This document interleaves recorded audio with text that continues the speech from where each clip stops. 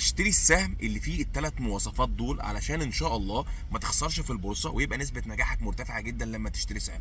اللي بيعمل فلوس من البورصه فيرسز اللي مش بيعمل فلوس، مش الشخص اللي بيعمل كل الصفقات اللي في حياته ناجحه، لان احيانا هتعمل غلطه. هو الشخص اللي اغلبيه صفقاته ناجحه، اغلبيه الاسهم اللي اشتراها طلعت. اشترى 20 سهم في السنه اللي فاتت، كسب في 17 واحد وخسر في 3. التوتال بتاعه طبعا طالع كسبان. ولو انت مش كسبان في البورصه او بتطلع خسران، ابعت لنا على الواتساب اللي قدامك ده او اللي هتلاقيه في الصفحه الرئيسيه في القناه. هنعلمك بورصه صح. عندنا برامج محترمه للمبتدئين وللمحترفين، وخطوه بخطوه يوميا معاك تعليم يومي، طبعا زائد فيديوهات تعليميه. طيب ايه السهم اللي فيه المواصفات اللي احنا بندور عليها؟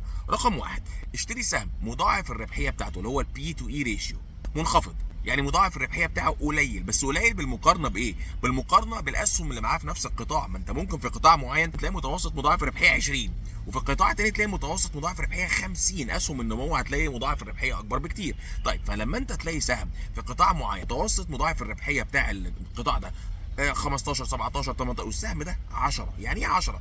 يعني السهم ده قد يكون بيتباع باقل من قيمته. هو ليه بقول لك قد؟ لان عمليه التحليل هي مش عمليه انك بتبص من زاويه واحده، ده فاكتور واحد يلا اشتري كده هتخسر. لازم تتعلم يلفت انتباهك الحاجه المختلفه وتبدا بقى تبص على بقيه المعاملات. ما هو يمكن السهم ده بيواجه مشكله جذريه والسنه الجايه هيحصل ماساه في الارباح، والناس بدات ترمي السهم ده، فبدا يبان ان السهم رخيص في حين ان هو مش رخيص، هو عليه مشكله. فلازم تتعلم انك تبص على الابعاد من بعض. طيب نخش بقى على النقطه الثانيه، اشتري السهم اللي قريب. مش هقول لك يعني برضو عند القيمه الدفتريه، لان يا جماعه ما فيش حاجه اسمها 1 زائد 1 يساوي 2 في التحليل المالي.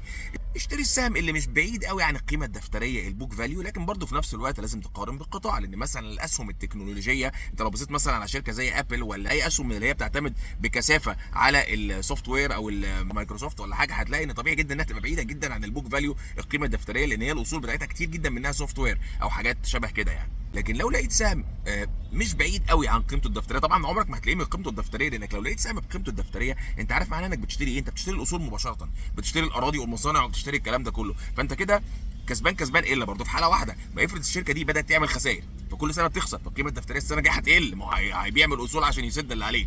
فتاخد بالك برضه من النقطه دي. نقطه رقم 3، اشتري السهم اللي بعيد عن قيمته التاريخيه، سواء السنويه او الخمس سنويه الخمس سنين، حسب انت بقى السوق اللي بتتعامل فيه. يعني مثلا انا في السوق المصري ببص على السنه اللي فاتت، واحيانا نبص على 5 سنين مع بعض، يعني حسب طبعا ايه الظروف والاحداث والكلام ده كله. لو لقيت سهم بعيد عن الارقام دي، مثلا اعلى رقم عمله كان 40 جنيه وهو النهارده ب 27 جنيه، طب ايه الحكايه؟ برضه مش معناها انك تخش تشتري وانت مغمض.